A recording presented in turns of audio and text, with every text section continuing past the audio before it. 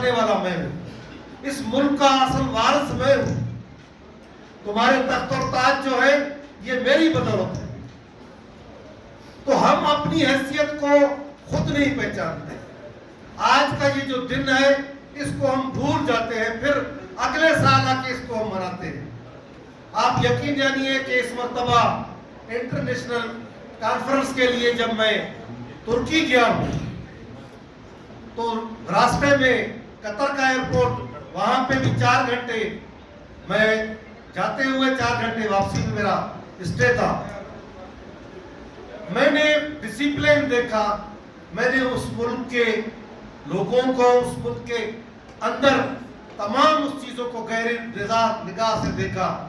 مجھے نہ ترکی کے اندر بھیکاری جو ہے مجھے نظر نہیں آیا.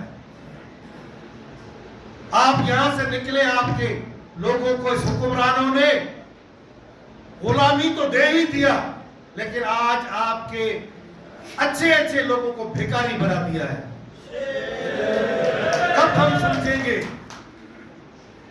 آپ یقین کریں کہ دنیا کی ٹریڈ یونین, آج فلسطین کا, وہاں مجھے جب صدر ملا وہاں کی فیڈریشن کا, آپ یقین کریں کہ اس کا حوصلہ اتنا بلند تھا کہ مجھے رونا آ رہا تھا وہاں پہ. میں نے اس کو گلے جب لگایا, یقین کرو وہ مجھے دلاسے دے رہا تھا کہ نہیں, ہم مسلمان مرد ہیں, ہم مزدور مرد ہیں, ہم نامرد نہیں ہیں. ہمارے بچے جو شہید ہوئے ہیں, ہماری جو مائیں بہنیں کہتا ہے شہید ہوئے ہیں, کہتا ہے کسی کا غم جو ہے نا ہمارے سینے میں نہیں ہے, کیونکہ ہم نے اپنے وطن کے لیے قربانی دیا ہے, ہم نے مزدوروں کی قربانی دی ہے, ہم نے ماؤں بچوں کی قربانی دی ہے. ان کا حوصلہ جب میں نے دیکھا تو ہم یہاں تحریک کے لیے جب نکلتے ہیں,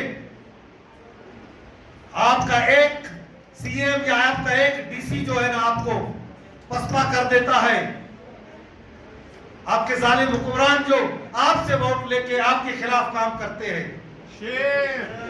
ایک طرف سے حکومت, آج 2-3 ڈی سی صاحبان نے ڈسٹرکٹوں سے مجھ سے رابطہ کیا, کچھ نے ہمارے ڈسٹرکٹ کے پریزیڈنٹ صاحبان سے رابطہ کیا کہ جی ہم 1 مئی آپ کے ساتھ منانا چاہتے ہیں.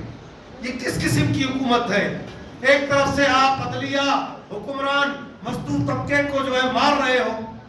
ہمارے دوست نے کہا کہ ہمیں آپ مائنس کے اندر بھی مار رہے ہو, روڈ کے اندر بھی مروا رہے ہو, ہماری معدنیات پہ قبضہ کرنے کے چکروں میں ہو, ہمارے تنظیموں کے اوپر, ایسوسیشنوں کے اوپر پابندیاں لگا رہے ہو, عدلیہ کے ذریعے ہمارے اوپر جو ہے آپ اٹیک کروا رہے ہو.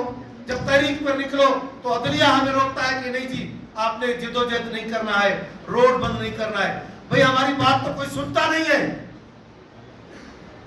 ہمارے فیکٹریوں کا ٹیکس اسلام آباد میں چلا جاتا ہے, ہمارے مائنز کا سونا جو ہے وہ چائنا چلا جاتا ہے, ہماری گیس کا جو بھی ہمارے بلوچستان کے حقوق ہیں وہ کسی اور جگہ پہ جا رہے ہیں.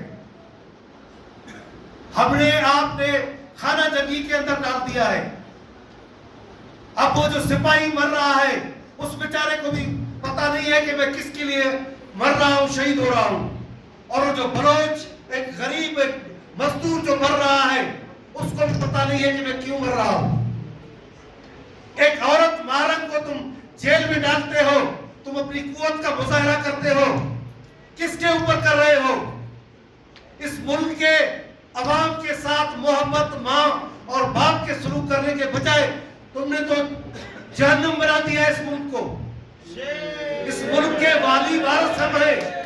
آپ دنیا کے اندر جا کے دیکھیں, وہ اپنے لوگوں کے ساتھ محبت کرتے ہیں.